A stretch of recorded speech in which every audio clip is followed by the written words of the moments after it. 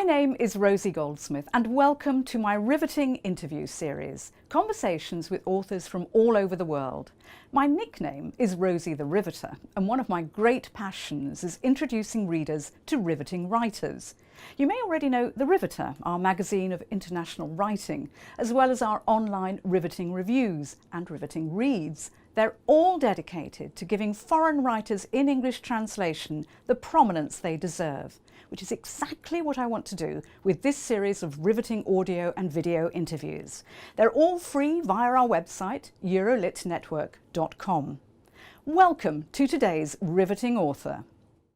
My guest today is a Bosnian writer called Faruk Šehić, and Faruk is sitting next to me. He loves blue, I love red, you can see. And we're going to be talking about Faruk's writing and his life and I'm going to reduce it to two expressions. He is a poet and he's a war veteran. How much did the war shape your writing? Maybe it's crazy, but it helped me. War is like some kind of giant eraser head. So it's a bad eraser head. It's eraser head. Eraser head. It's evil eraser head. It can erase all cities or not identity or all beings, not only human beings. It can erase culture, everything, or religion, everything that is part of human soul or human being. So it helped me because I just, it freed me. It makes me like, after the war, even during the war, I feel free because I feel nature, I feel city was empty. It was like, now we can see that in the dystopian movies or post-apocalyptic movies. So during the war, I didn't know that. No. Because it was my first experience. After the war, now I can be aware of that. So now you know what dystopia is, yes. You know what apocalypse is, and you see that as freedom. You know, this the sentence from this Me and Bobby McGee. Me and Bobby McGee, yes. By Chris Christopherson, but yes. Famous because of James Joplin. Yes. And he said, freedom is just another word where you will nothing have to lose. Freedom is just another word where you have nothing left to lose. Left to lose. During the war, you don't have nothing to lose, except your life.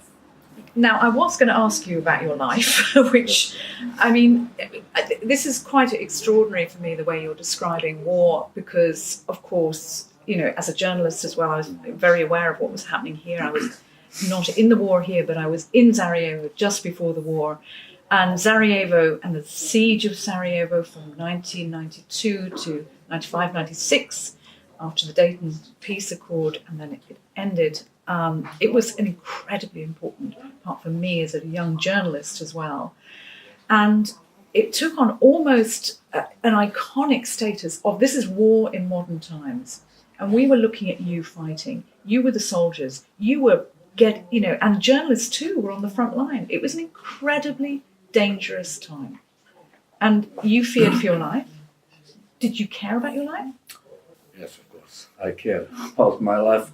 But in one part of the war, I suddenly lose. I didn't fear. You had no fear? Yes, I lose my fear, and I was.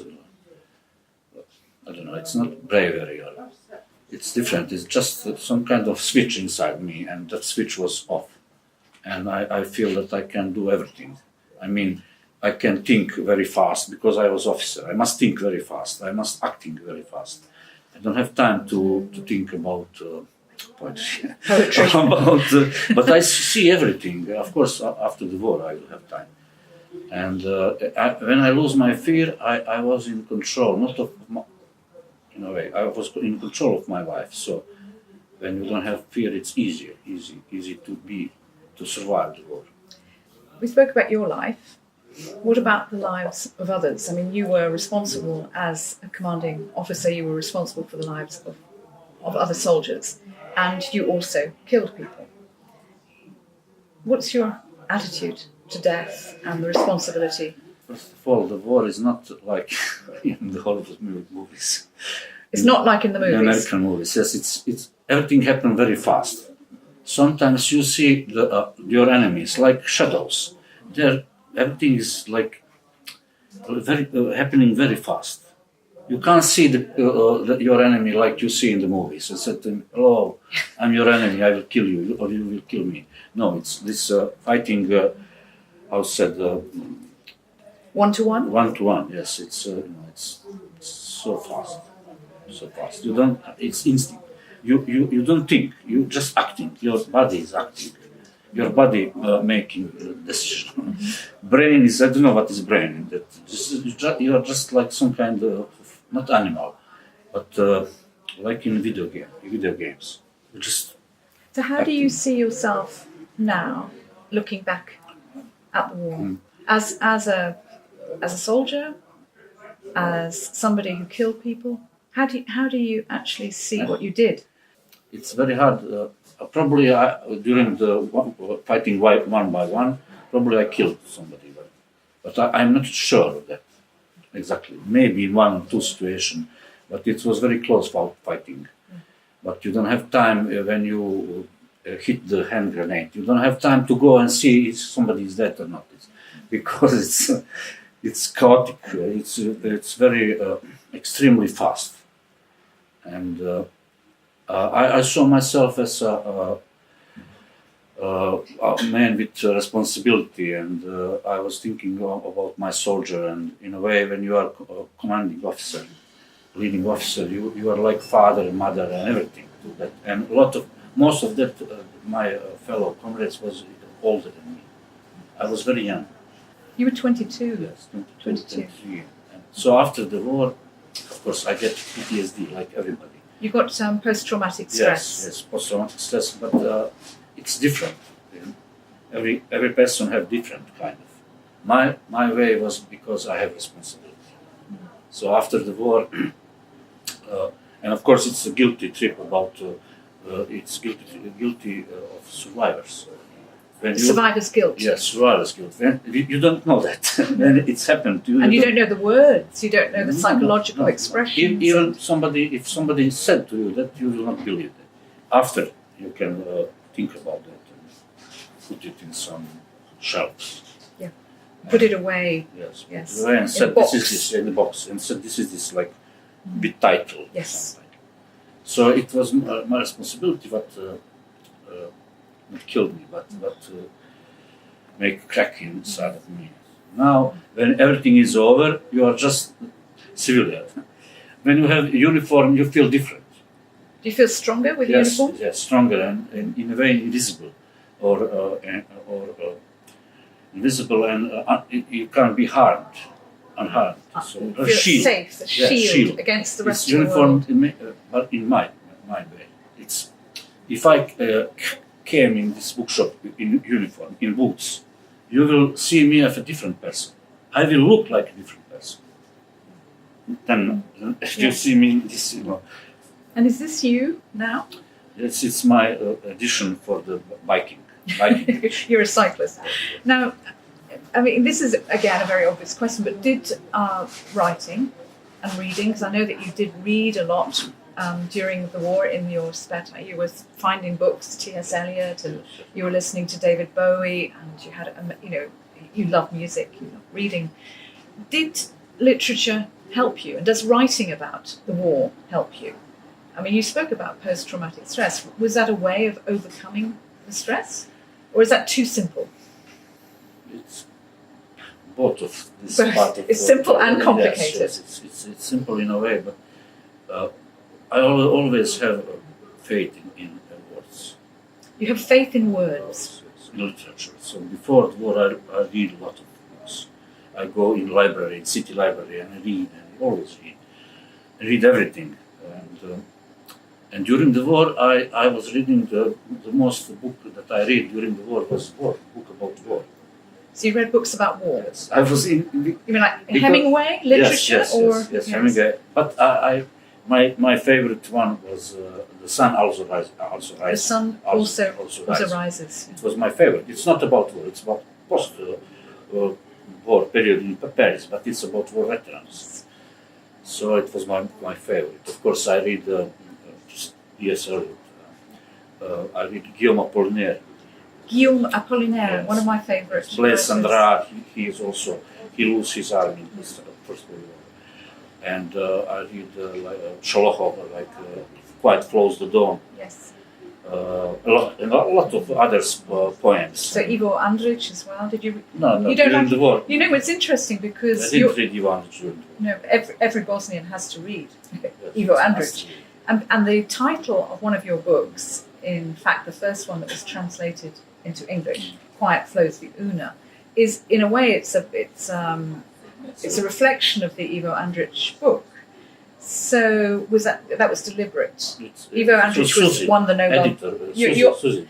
So we have to at this point bring in the fact that you have 2 books translated into English and 2 books published in English, and they've both been published by the most fantastic publisher, Istros Books, and the publisher is called Susan Curtis, and she's been your publisher for both of your books. And the book, in fact, that's just been published in English is this one. It's Under Pressure in English, and this is the Bosnian title. Same cover, fantastic cover. It's difficult when you're reading a book about war and you're in the war, and then as a reader, you find it so beautiful. The language is so beautiful. It's like reading poetry.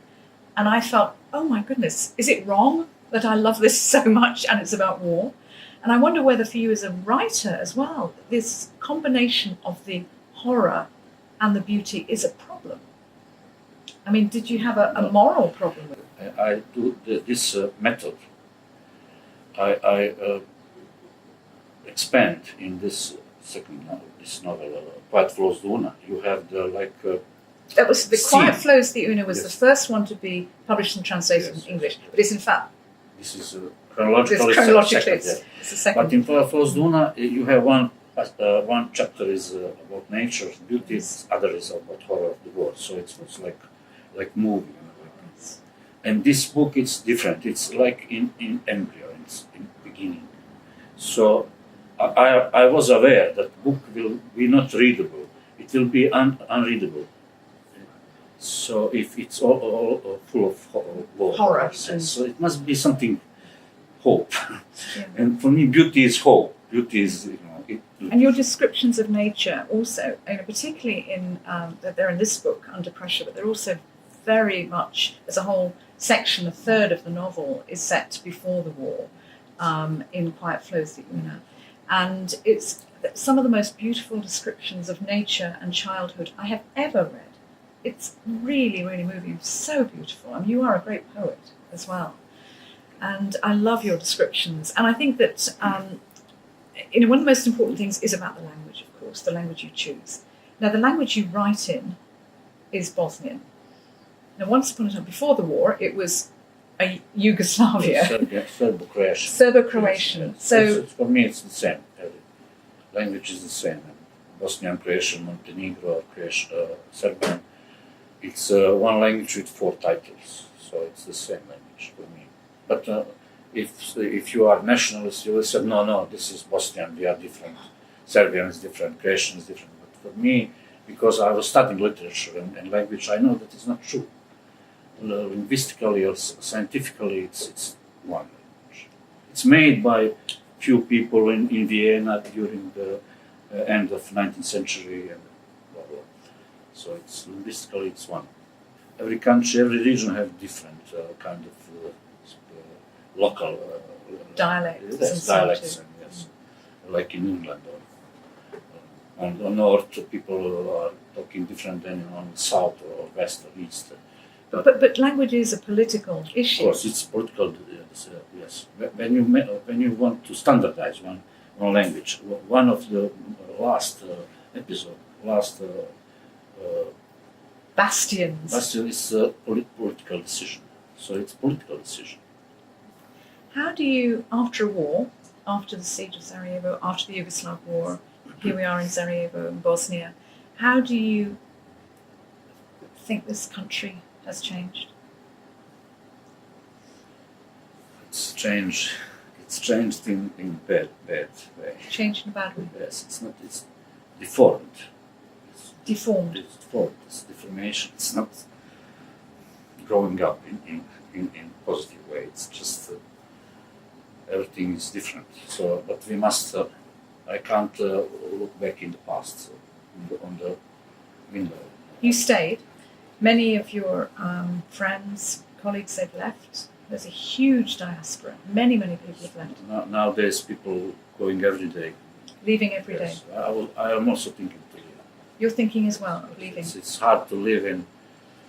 I don't want to complain. I never want to complain in interviews. But it's very hard to have your brain well, safe and healthy. Keep your brain. Yes, your integrity like person. It's for me, because when you getting older, it's different. I'm tired to live in a city that I always must fight for something. Thank you, Faruk, so much for that amazing conversation. Very moving, but also very enlightening, and sometimes in not just positive ways. But that's the way it should be. Now, we're going to read from your latest publication in English. It's Under Pressure. And you've got the original Bosnian. You're going to read a passage in Bosnian. I'm going to read exactly the same passage in English. And I just like to do that at the end because I think you should hear this amazing language. And I chose this passage because it has a combination of the description of war and the horror, but it's also very beautiful. So, Faruk, if you'd like to start. Nevidljivi puls noć tukao mi je u vratnim žilama. Cehu i novac su ostali čekati konjska kola. Ušao sam u mrtvačnicu. Rafe su bile presvučene bijelim čaršafima. Daščani pod je bio izriban bez jedne kapi krvi. Malter otpao sa plafona, krckao je po čizmama. U ćošku iza vrata na zid su bile naslonjene 3 lopate. Drške lopata uglačane od česte upotrebe sjele su u polumraku. Rano ujutro ćemo u tišini otići na ometarku. Rosie će se hvatati za naše nogavice dok budemo hodali kroz divlju travu cijepujući paukove mreže. Snažan vonj iskopane zemlje i presječenog korijenja poništit će peludne parfeme i miris visokih borova preko puta groblja. Lopate će brzo dovršiti svoj posao. The same passage in English. The invisible heartbeat of the night is beating in my neck veins. Sheu and Novad are outside waiting for the cart. I walk into the mortuary. The shelves are covered with white sheets. The wooden floor has been scrubbed, not a speck of blood on it. The plaster that peeled off the ceiling rustles under boot. In the corner, behind the door, 3 shovels are leaning against the wall. Their handles, slick with frequent use, sheen in the half-dark. Early in the morning, we will go to Ometalka in silence. Drops of dew will cleave to our trouser legs as we walk through the wild grass, ripping up cobwebs. The strong smell of churned soil and sliced up roots will cancel out the perfumes of pollen and the smell of the tall pines opposite. The shovels will swiftly finish their work. Thank you, Faruk. Thank you, Faruk Šehić. Thank you so much. Thank you to today's riveting author. My name's Rosie Goldsmith, and thank you for watching and listening to our riveting interview, conversations with authors from all over the world. You can find our riveting interviews, reads and reviews on our website, eurolitnetwork.com.